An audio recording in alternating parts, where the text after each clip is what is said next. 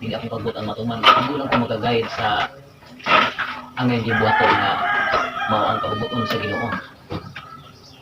Mugis sa timanan dili pagsayangan ang panahon. Intras bata pa kay gikinahanglan sa Ginoo ang matag usa nga mag-alagad niya kay ang atuang lawas sa matag usa mao ang templo.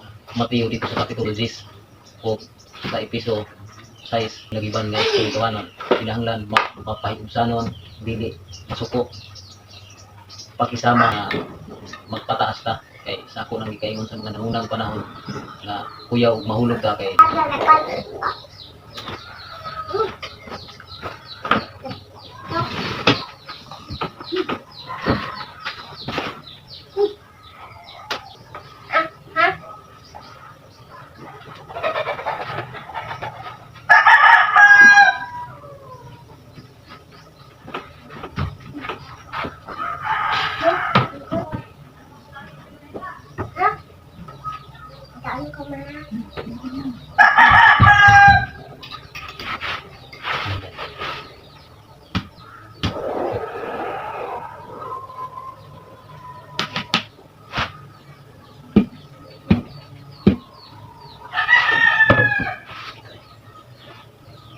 paring bakal ka.